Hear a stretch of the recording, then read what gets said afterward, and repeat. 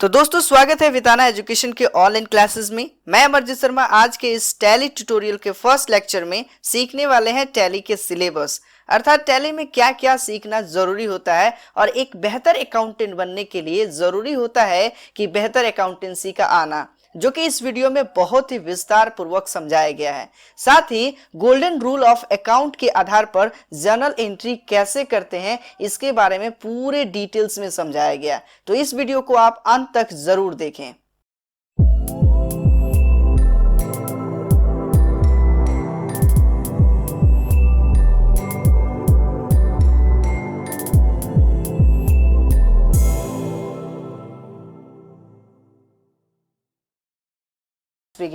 इसमें आप सबसे पहले ये जानेंगे कि टैली का कौन सा वर्जन आप सीखने वाले हैं।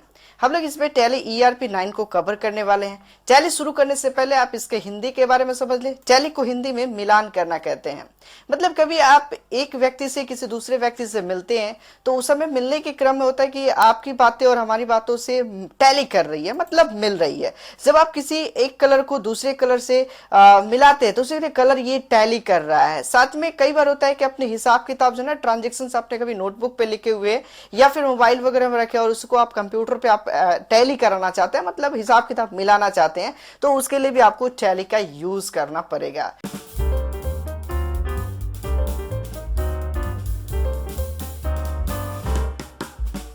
टैली के सिलेबस में हमने यहाँ पे कुछ मॉडल में डिटेल समझाया है, जिसमें मॉडल नंबर 1 के अंदर हम लोग सीखने वाले हैं टैली का फंडामेंटल, मतलब फंडामेंटल ऑफ टैली। अब फंडामेंटल ऑफ टैली के अंदर आपको कौन कौन से टॉपिक सीखना है, जिसके अंदर आप सीखेंगे introduction of tally, version of tally मतलब टैली के वर्जन, इसके अलावा working mode of tally, tally कितने मोड पर काम करता है वो समझेंगे। इसके बाद आपको जानना बुक कीपिंग एंड अकाउंटेंसी। ये जरा कॉमर्स का वर्ड है, कमर्शियल टिप्स को जानना बहुत जरूरी होता है। यानी टैली अगर आप एक अच्छा अकाउंटेंट बनना चाहते हैं तो उसके लिए थोड़े बहुत कॉमर्स का वर्ड, कॉमर्स का टिप्स जानकारी होना बहुत जरूरी होता है। अगर आप टैली सीखना चाहते हैं और इसके बाद आप एक बेहतर अकाउंटेंट बनना चाहते हैं तो उसके लिए आपको अकाउंट्स आना बहुत जरूरी होता है। यानी इसमें हम लोग अकाउंटेंसी के अंदर, अकाउंट्स के अंदर हम सीखेंगे पर्सनल अकाउंट के बारे में, रियल अकाउंट और नॉमिनल अकाउंट के बारे में। इसके अलावा हम लोग जानेंगे journal making with golden rule of account, मतलब गोल्डन रूल के अकॉर्डिंग हम जर्नल कैसे क्रिएट करते हैं, जर्नल एंट्री सीखने वाले हैं। मॉडल 2 के अंदर हम सीखने वाले हैं tally download and installation, tally को डाउनलोड करना, उसको इंस्टॉल करना। इसके बाद अबाउट टैली स्क्रीन, टैली की स्क्रीन के बारे में समझेंगे कि किसे क्या कहते हैं, उसका लेआउट में कौन कौन से पार्ट्स होते हैं। इसके बाद आप समझेंगे कि टैली में कंपनी क्रिएट करना और उसे अल्टरनेशन करना। इसके अलावा टैली में आपको list of group, laser creation और अल्टरनेशन। ठीक, इसके बाद वाउचर समझेंगे। वाउचर के अंदर आप हम समझेंगे contra voucher, payment voucher, receipt voucher, journal voucher, sales voucher, purchase voucher, debit note voucher और क्रेडिट नोट जैसे वाउचर्स को जानेंगे। इसके अलावा और भी वाउचर होते हैं जो अकाउंट्स फंडली के मेथड के अंदर आता है, वो सारे डिटेल्स हम लोग भी समझने वाले हैं। सारे डिटेल इसमें लिखना पॉसिबल नहीं है, इसलिए उसे कुछ को हिडन रखा गया है। मॉडल 3 के अंदर हम लोग सीखने वाले अकाउंट्स विद इन्वेंट्री, यानी अकाउंट्स के साथ साथ स्टॉक को कैसे मेंटेन करते हैं। जब स्टॉक मेंटेनेंस की बात आएगी तो उसमें आपको सबसे पहले सीखना यूनिट ऑफ मेजर, इसके अलावा stock item creation, stock group and stock creation, stock category. इसके बाद आप समझेंगे गोडाउन के बाद आपको जानना होगा इन्वेंट्री वाउचर्स, इन्वेंट्री वाउचर में कुछ वाउचर्स सीखेंगे। इसके बाद हम यहाँ पे सीखने वाले currency, price list, adjustment, bill wise, इसके अलावा standard rate, budget, interest, cost centre and cost category, purchase order, sales order, receipt note voucher, delivery note voucher, rejection in voucher और रिजेक्शन आउट वाउचर। इतने सारे cover हम लोग करने वाले model 3 में। मॉडल 4 के अंतर्गत हम समझेंगे मैन्युफैक्चरिंग, पैरोल, इसके बाद पॉस यानी पॉइंट ऑफ सेल। ठीक, इसके बाद काउंटर सेल समझेंगे। कुछ टैक्स के बारे में जानेंगे जैसे कि service tax, value added tax VAT. इसके बाद TDS जानना होगा, टैक्स डिडक्शन एट सोर्स। ठीक, इसके बाद GST समझेंगे जो कि बहुत इंपॉर्टेंट है टैली में जानना। GST के अलावा GST रिटर्न कैसे किया जाता है वो भी सीखने वाले हैं इस मॉडल 4 के अंदर। ठीक, इसके बाद आप सीखेंगे बैंक रिकॉन्सिलिएशन, यानी बैंक का रिकॉन्सिलिएशन कैसे करते हैं, वो सारी चीजें हम यहाँ पर मॉडल 4 में कंप्लीट सीखने वाले हैं।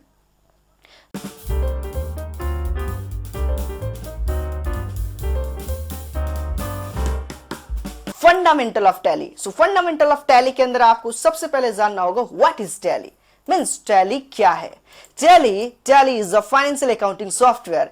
टैली एक वित्तीय लेन देन वाला सॉफ्टवेयर है। यानी वित्त का मतलब होता है जहां रुपए पैसों का काम होता है, उस काम को हम वित्तीय वर्क कहते हैं, यानी फाइनेंशियल वर्क कहते हैं। अब जैसे सपोज दैट कोई बैंक हो गया या फिर कोई ऐसा ऑर्गेनाइजेशन जहां सिर्फ रुपए पैसों का ही काम होता है, जैसे कि LIC, सहारा, पल्स, इस टाइप की कुछ ऐसी कंपनियां हैं, बीमा कंपनियां, या फिर जहां बैंक से संबंधित जो कंपनियां हैं वहां सिर्फ और सिर्फ पैसा जमा होता है और पैसा निकालते हैं। हम बैंक में कभी दाल चावल आटा नहीं जमा कर सकते हैं, वहां सिर्फ क्या जमा कर सकते हैं? तो पैसा जमा कर सकते हैं और पैसा निकाल सकते हैं। मतलब जहां सिर्फ और सिर्फ रुपए पैसों का ही काम होता है, उस वर्क को हम फाइनेंशियल वर्क कहते हैं, उसे हम वित्तीय वर्क कहते हैं, वित्तीय कार्य कहते हैं। तो टैली ठीक उसी तरीके का होता है जिसमें हम सिर्फ और सिर्फ फाइनेंस को मेंटेन कर सकते हैं, फाइनेंशियल वर्क को मेंटेन कर सकते हैं।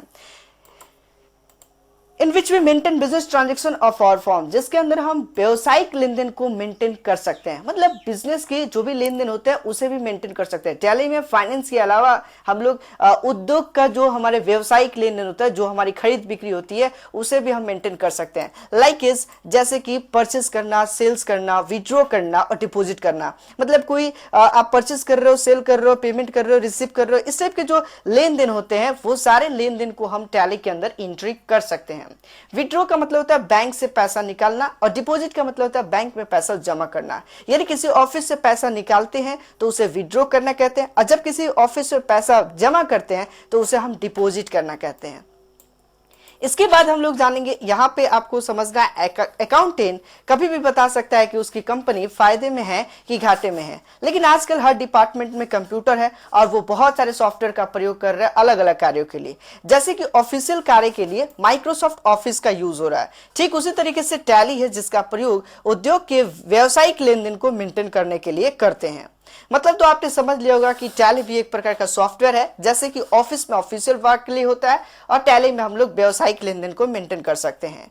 इसके बाद आपको जानना है टैली एक बहुत ही लोकप्रिय सॉफ्टवेयर है क्योंकि इसमें हर प्रकार का व्यक्ति काम कर सकता है, चाहे वो अकाउंटेंट हो या नॉन अकाउंटेंट हो, चाहे वो कॉमर्स जानता हो या कॉमर्स नहीं जानता हो, हर प्रकार का व्यक्ति इसमें काम कर सकता है। अब इसमें हमें समझना है the version of tally, tally के वर्जन के बारे में। मतलब जब टैली आया तो उसका फर्स्ट वर्जन क्या था? सो पहला वर्जन जो था टैली 4.5 जो माइक्रोसॉफ्ट डॉस में आया था। ये नो कोडिंग प्रोग्राम था, ये डॉस में रन हुआ। पहला वर्जन का नाम था टैली 4.5। ठीक इसके बाद दूसरा आया टैली 5.4, ये भी डॉस प्रोग्राम में ही खुला। लेकिन पहली बार विंडोज में ओपन होने वाला जो टैली था वो था टैली 6.3 वर्जन। ठीक इसके बाद टैली 7.2 वर्जन आया। आफ्टर ऑल टैली 8.1 वर्जन आया। ठीक इसके बाद टैली 9.0 आया। ये सारे वर्जन MS विंडोज में आया। ठीक इसके बाद टैली ERP 9 जो अभी हम लोग सीख रहे हैं। अभी लेटेस्ट वर्जन आ चुका है टैली प्राइम जो कि विंडोज में ही चल रहे हैं, एकदम स्मूथली काम कर रहा है। लेकिन उसको सीखने से पहले हमें टैली ERP का कॉन्सेप्ट अच्छी तरह से आना चाहिए। कभी हम इंटरव्यू वगैरह में जाते हैं तो आपसे टैली के वर्जन के बारे में पूछे जाते हैं। सो ये वर्जन आपको याद कर लेना होगा। याद करने के लिए बहुत ज्यादा रटने की आवश्यकता नहीं है, मैं यहाँ पे कुछ ट्रिक्स बता देता हूँ, उस ट्रिक से आप इसे याद कर सकते हैं। जैसे फर्स्ट वर्जन में टैली 4.5 है। टैली 4.5 को अगर हम 45 समझे और उसे 9 का पहाड़ा 5 बार पढ़ देते हैं तो 9 पचे 45 हो जाता है। उसी तरीके 5.4 को अगर हम 54 समझते हैं और 9 का पारा 6 बार पढ़ते हैं तो 9 छके 54 हो जाता है। इसके बाद 9 7 63 हो जाएगा। इसके बाद 9 8 72 हो जाएगा। इसके बाद 9 9 81 हो जाएगा। इसके बाद 9 10 90 हो जाएगा। तो यहाँ तक तो आपने समझ लिया कि टैली 4.5, टैली 5.4, टैली 6.3, टैली 7.2, 8.1, 9.0, इसे 9 के टेबल से 5 से मल्टीप्लाई कर लेते हैं तो ये आपका टोटल रिजल्ट आ जाता है। तो ज्यादा इसे रटने की आवश्यकता नहीं है। अब बच गया टैली ERP। ERP का पूरा नाम पहले समझ लेते हैं। ERP का पूरा नाम होगा एंटरप्राइज रिसोर्स प्लानिंग सिस्टम, यानी enterprise resource planning system ERP का पूरा नाम होता है। अब आया टैली प्राइम। तो टैली प्राइम ये हो गया वर्जन ऑफ टैली। अब इसके बाद आपको समझना है अकाउंट्स के बारे में।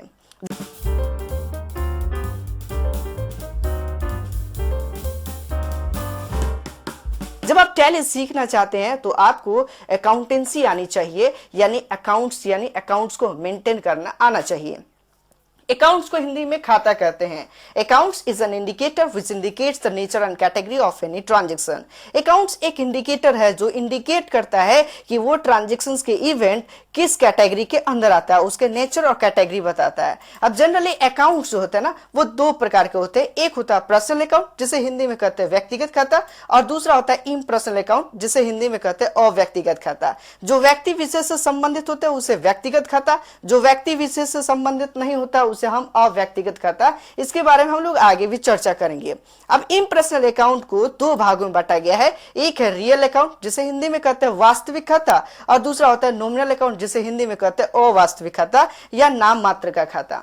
अब बात करते हैं पर्सनल अकाउंट का। पर्सनल अकाउंट को हिंदी में कहते हैं व्यक्तिगत खाता, यानी कि वह खाता जो किसी व्यक्ति या व्यक्तियों के समूह से संबंधित हो उसे पर्सनल अकाउंट कहते हैं। जो किसी खास व्यक्ति या व्यक्तियों के समूह से संबंधित हो उसे हम पर्सनल अकाउंट कहते हैं, जैसे कि Ram's account, Mohan's account, bank account और एनी कंपनीज अकाउंट और एनी ऑर्गेनाइजेशन। यानी राम का खाता हो, ये एक व्यक्ति है, राम एक व्यक्ति है या मोहन एक व्यक्ति है जो किसी एक सिंगल व्यक्ति से संबंधित है, तो यह भी सिंगल पर्सन से संबंधित होगा, तो इसे हम पर्सनल अकाउंट ही कहेंगे।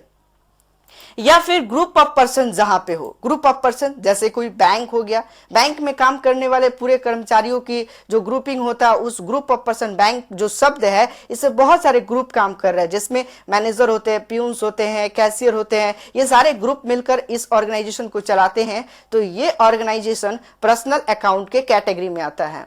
या फिर कोई भी कंपनियां होती है जिसमें बहुत सारे पर्सन मिलकर काम करते हैं, तो उस कंपनियों का नाम जो होता है वो पर्सनल अकाउंट के कैटेगरीज में आता है। इसके बाद आपको जानना है रियल अकाउंट के बारे में। रियल अकाउंट को हिंदी में कहते हैं वास्तविक खाता, यानी वह खाता जो किसी एसेट्स और लायबिलिटीज अर्थात संपत्ति अथवा दायित्व से संबंधित हो उसे हम रियल अकाउंट कहते हैं। अब यहाँ एसेट्स का मतलब होता है संपत्ति और लायबिलिटीज का मतलब होता है दायित्व। मतलब दायित्व वह संपत्ति जो आपकी संपत्ति किसी दूसरे के पास है तो उसे हम उसकी दायित्व यानी उसकी लायबिलिटीज कहते हैं। अब फॉर एग्जांपल जैसे कि cash account, building account, furniture account या कोई भी गुड्स अकाउंट जो होता है ना, ये सब रियल अकाउंट के अंतर्गत आता है। अब एसेट्स में जो आपके पास है अभी वर्तमान में वो एसेट्स है, जो आपका अमाउंट जो है वो आपने किसी दूसरे को दिए हैं वो लायबिलिटीज कहलाता है। तो यहां तक आपने समझा रियल अकाउंट। इसके बाद आपको जानना होगा नॉमिनल अकाउंट, अवास्तविक खाता अर्थात नाम मात्र का खाता, यानी वह खाता जो किसी इनकम, एक्सपेंस, प्रॉफिट और लॉस से संबंधित हो उसे हम नॉमिनल अकाउंट कहते हैं। जहां आपको इनकम, एक्सपेंस, प्रॉफिट और लॉस से संबंधित हो उसे हम नॉमिनल अकाउंट कहेंगे, जैसे कि salary account, rent account, commission account, wages account etc.. Salary या तो इनकम होता है या एक्सपेंस होता है। रेंट अगर आप रिसीव कर रहे हैं तो इनकम हुआ, अगर आप किसी को दे रहे हैं तो ये एक्सपेंस हो गया। उसी तरीके से कमीशन वर्ड जो है, अगर कमीशन ले रहे हैं तो आपके लिए प्रॉफिट है और कमीशन किसी को दे रहे हैं तो ये आपके लिए लॉस हो जाएगा। ठीक इस तरीके से वेजेस होता है, वेजेस मतलब मजदूरी, मजदूरी अगर आप किसी से ले रहे हैं तो ये इनकम हुआ और वेजेस अगर दे रहे हैं तो ये एक्सपेंस हो जाएगा। जैसे कि नॉमिनल अकाउंट में यहाँ पे कुछ एक्सपेंसेस का डिटेल्स दिए हुए हैं, rent, repair, insurance, rates and taxes या कंजप्शंस ऑफ स्पेयर या पावर एंड फ्यूल का जो भी इनकम एक्सपेंस होता है वो सारे चीज हमारे नॉमिनल अकाउंट के अंतर्गत आता है। अब हम लोग बात करने वाले हैं गोल्डन रूल ऑफ अकाउंट, यानी जब आप जर्नल क्रिएट करेंगे तो जर्नल क्रिएट करने से पहले उसके रूल के बारे में जानना बहुत जरूरी होता है। सो रूल जो होता है, जब भी आप जर्नल क्रिएट करेंगे तो आपके ट्रांजेक्शन कहां से हो सकता है। So transactions personal account, real account और नॉमिनल अकाउंट के बीच होगा। यानी ट्रांजैक्शन हो सकता है कि एक व्यक्ति किसी दूसरे व्यक्ति से लेन देन करता है तो इस टर्म को हम कहते हैं personal account, between personal account लेन देन हो रहा है। या एक व्यक्ति किसी कंपनी से लेन देन कर रहा है तो भी यह क्या कहलाएगा, personal account between personal account होगा। यानी ग्रुप ऑफ पर्सन से लेन देन हो रहा हो या सिंगल पर्सन से लेन देन हो रहा है, पर्सनल टू पर्सन हो रहा है, तो यह पर्सनल अकाउंट के कैटेगरीज में आता है। ठीक इस तरीके से यदि एक व्यक्ति किसी यदि एसेट्स टू एसेट्स लेन देन हो रहा है, यानी कैश के बदले कोई गुड्स लिए जा रहे हैं या फिर किसी संपत्ति के बदले कोई संपत्ति लिए और दिए जा रहा है, तो ऐसे टर्म में real account between real account transactions कहे जाते हैं। लेकिन यदि इनकम के बदले एक्सपेंस हो तो उसे हम nominal account between nominal account के कैटेगरी में रखते हैं। या ऐसे भी लेन देन हो सकता है कि एक व्यक्ति उधार से कोई सामान खरीद लिया क्रेडिट पर, तो ये हो जाएगा पर्सनल टू रियल। या क्रेडिट पर कोई सामान बेच दिया किसी व्यक्ति को, तो ये हो जाएगा रियल टू पर्सनल अकाउंट। या एक व्यक्ति किसी को सैलरी पे कर रहा है, कैश नहीं दिखा रहा है, तो ऐसे केस में personal account between nominal account के कैटेगरी में आएगा। या अगर किसी से सैलरी ले रहा है या रेंट ले रहा है, तो यह नॉमिनल टू पर्सनल अकाउंट के कैटेगरी में आता है। यदि सैलरी के बदले हम लोग कैश दे रहे हैं या कैश ले रहे हैं, तो रियल टू नॉमिनल या नॉमिनल टू रियल कहलाता है। मतलब ट्रांजैक्शन आप समझ सकते हैं कि जिग जैग कहीं से भी कहीं से कोई लेन देन हो सकता है। तो अब इसके रूल को कैसे फॉलो करेंगे? यदि पर्सनल टू पर्सनल यानी पर्सनल से रिलेटेड कोई ट्रांजैक्शन हो रहा है, सो गोल्डन रूल ऑफ अकाउंट में सबसे पहले पर्सनल अकाउंट के रूल को समझते हैं। पर्सनल अकाउंट के रूल में आएगा debit the receiver and credit the giver. मतलब जो रिसीवर होगा वो डेबिट साइड में लिखे जाते हैं और जो गिवर होगा वह क्रेडिट साइड में लिखेंगे।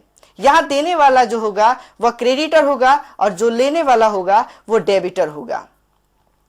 इसके बाद रियल अकाउंट का जो गोल्डन रूल होगा वो होगा debit what comes in and credit what goes out. जो आता है वो डेबिट होगा और जो जाता है वह क्रेडिट हो जाएगा।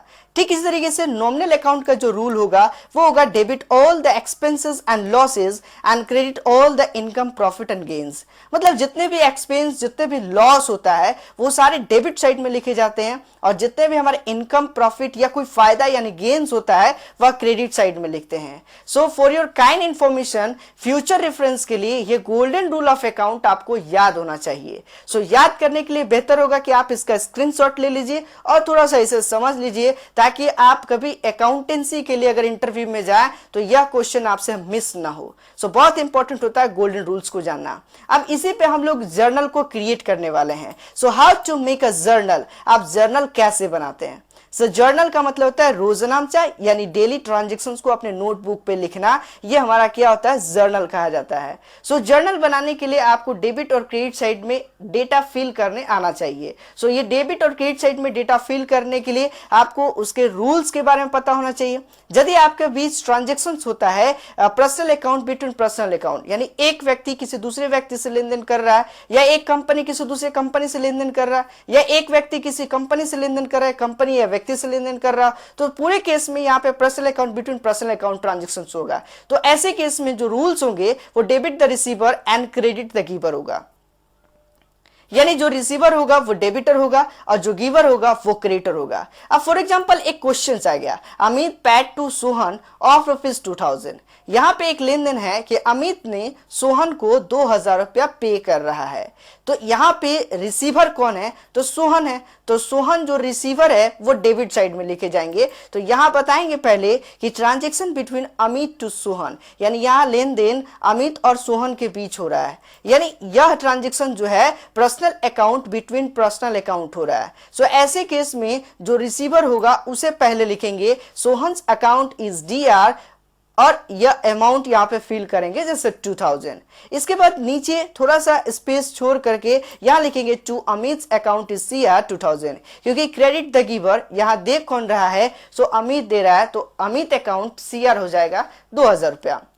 इसके बाद इसके नीचे आपको इसका नरेशन लिखना है। नरेशन कभी भी ब्रैकेट के अंदर लिखते हैं और नरेशन कभी भी शुरू होगा सो बिंग से शुरू होगा। Being Amit paid to Sohan, जो नीचे वाली लाइन है इसे हम नरेशन कहते हैं, जो हर ट्रांजैक्शन के सॉल्व में लास्ट में लिखना इंपॉर्टेंट होता है। जो व्यक्ति ऊपर के क्वेश्चन से नहीं समझ पाएगा वो नीचे दिए गए नरेशन से इसका डिटेल समझ सकता है। तो इसलिए नरेशन लिखना इंपॉर्टेंट होता है जर्नल क्रिएशन के समय।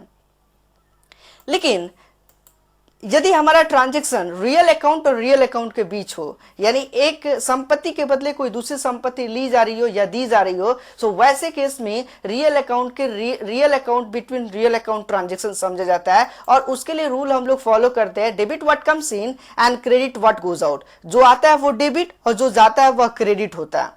अब फॉर एग्जांपल क्वेश्चन है purchase goods at ₹2000 by cash, यानी यहाँ पे सामान खरीदे जा रहे हैं 2000 रुपए का कैश के माध्यम से। सो यहाँ पर क्या आ रहा है, जो आएगा वो डेबिट होगा और जो जाएगा वो क्रेडिट होगा। जब हम सामान खरीदते हैं तो हमारे पास सामान आता है यानी गुड्स आता है। सो पहले गुड्स आएगा, गुड्स अकाउंट इज डीआर हो जाएगा और कैश अकाउंट इज सीआर हो जाएगा। सो इसे सॉल्व करने के लिए सबसे पहले लिखेंगे transaction between real to real, या फिर लिखेंगे transaction between purchase account between cash account. ठीक, इसके बाद लिखेंगे कि जो आ रहा है उसे DR, purchase account is DR, fill in the blank रखते हुए फिर थोड़ा सा पैराग्राफ चेंज करके थोड़ा स्पेस देके लिखेंगे to cash account is CR, क्योंकि कैश यहाँ पे जा रहा है। ठीक, इसके बाद आपको नरेशन लिखना है, being goods purchase by cash, यानी सामान खरीदा गया कैश से। इस ट्रांजेक्शन में क्या हो रहा है वो बताने के लिए आपको बिंग लगाना जरूरी होता है। वहीं अगर हमारा transaction nominal account between nominal हो, यानी if transaction related to nominal account between nominal account, तो उसके लिए आपको रूल फॉलो करना होगा, debit all the expenses and losses and credit all the income profit gains. मतलब जितने भी एक्सपेंस लॉस होगा वो डेबिट में जाएगा और जितने भी हमें इनकम प्रॉफिट और फायदे हो रहे हैं वो क्रेडिट साइड में जाएगा। फॉर एग्जाम्पल यहाँ पे क्वेश्चन है सैलरी रिसिप्ट, हो सैलरी रिसिप्ट जैसे करिएगा तो ये तो आपके लिए इनकम हुआ, और इनकम किधर जाता है, सो इनकम कभी भी क्रेडिट साइड में लिखेंगे। But by mistake include in interest receive, लेकिन आपने उसे इंक्लूड कर दिया इंटरेस्ट रिसीव में, तो इंटरेस्ट रिसीव आपका क्या हुआ, लॉस हो गया। सो यहां पर बताएंगे transaction between nominal to nominal, यानी transaction between interest and salary के बीच हो रहा है। सो ऐसे केस में जो लॉस हो रहा है वो डेबिट साइड में लिखेंगे और लॉस हमारा इंटरेस्ट हो गया। सो यहां पे लिखेंगे इंटरेस्ट अकाउंट इज डीआर और यहां पे अमाउंट फिल करेंगे 2000। फिर इसके बाद पैराग्राफ छोड़ के लिखेंगे to salary account is CR, क्योंकि यह इनकम हो रहा है। सो इनकम क्या होगा, वो सीआर अकाउंट के अंदर जाएगा। फिर इसमें डालेंगे being salary receipt but by mistake include in interest receipt, मतलब क्वेश्चन का आधा हिस्सा लिख दीजिए, वो पूरा आपका नरेशन कंप्लीट हो जाता है। अगर हमारा transaction personal account between real account हो, यानी एक व्यक्ति उधार पर कोई सामान खरीदता है तो उसे हम क्या कहेंगे, personal account between real account. For example यहाँ पे इसका रूल जो होगा, debit the receiver and credit what goes out, यानी रिसीवर होगा डेबिटर और जो जाता है वह क्रेडिटर होगा। Question is that paid cash to Ram of ₹1000, मतलब यहाँ पे कैश पैड किया जा रहा है राम को, तो सीधी बात कैश जो है वो राम रिसीव कर रहा है। So Ram account is D R हो जाएगा और क्या जा रहा है, सो कैश जा रहा है, so cash account is CR हो जाएगा। सो इसे सॉल्व करने के लिए लिखेंगे transaction between person to real account, transaction between Ram to cash. अब यहाँ पे सॉल्व लिखेंगे, राम रिसीवर है so Ram account is DR और to cash account is CR. इसके बाद इसके नीचे लिखेंगे being cash paid to Ram, यानी राम को कैश पैड किया गया। वही ट्रांजेक्शन अगर होता है personal account between nominal account, यानी एक व्यक्ति किसी इनकम एक्सपेंस प्रॉफिट लॉस से संबंधित अगर कोई लेन देन कर रहा है, so personal account between nominal account के बीच वो लेन देन होगा। सो ऐसे केस में रूल होगा, पर्सनल अकाउंट का first part debit the receiver and nominal account का second part credit all income profit and gains. For example एक क्वेश्चन है सैलरी रिसीव बाय चेक, मतलब सैलरी को रिसीव किया गया। जो सैलरी रिसीव हो रहा है तो ये क्या हुआ, इनकम हुआ, और इनकम जो होता है क्रेडिट साइड में जाता है नॉमिनल अकाउंट के रूल के अनुसार। बाय चेक यानी चेक के द्वारा रिसीव हो रहा है, तो चेक कौन रिसीव करता है, बैंक रिसीव करता है। तो ऐसे केस में यानी रिसीविंग जो हो रहा है वो बैंक रिसीव कर रहा है, तो बैंक अकाउंट इज डीआर हो जाएगा और सैलरी अकाउंट इज सीआर हो जाएगा। इसे सॉल्व करने के लिए लिखेंगे transaction between personal to nominal, यानी transaction between bank account to salary account. फिर लिखेंगे यहाँ पे बैंक अकाउंट इज डीआर और इसके नीचे लिखेंगे to salary account is CR और फिर इसका नरेशन पुट कर देंगे। सो ये हो जाएगा पर्सनल टू नॉमिनल अकाउंट के बीच का लेन देन। लेकिन अगर वही ट्रांजेक्शन हमारा real account between personal account हो, यानी कोई संपत्ति के बदले हमारे किसी व्यक्ति से कोई लेन देन हो रही है, सो वैसे केस में हम रियल अकाउंट से पर्सनल अकाउंट के बीच लेन देन समझते हैं। फॉर एग्जांपल इसमें जो रूल होगा, debit what comes in and credit the giver, जो आता है वो डेबिट होगा और जो देता है वो क्रेडिटर होगा, यानी कि रियल अकाउंट का फर्स्ट पार्ट और पर्सनल अकाउंट का second part. For example purchase goods from Ram at ₹1200, यानी सामान खरीदा गया राम से। सो यहाँ पर क्या आ रहा है, सामान आ रहा है और दे कौन रहा है, तो राम दे रहा है, यहाँ कैश की बात नहीं कही जा रही है। तो इसके सॉल्व करने के लिए पहले लिखेंगे transaction between real to personal account, यानी transaction between purchased goods to from Ram मतलब राम से लिए जा रहा है, तो इसे लिखने इसको सॉल्व करने के लिए आप यहाँ पे लिखेंगे परचेज गुड्स अकाउंट या लिखेंगे परचेज अकाउंट इज डीआर और फिर इसके नीचे लिखेंगे to Ram's account is CR. Narration यहाँ पे फिल कर लेंगे being goods purchase from Ram.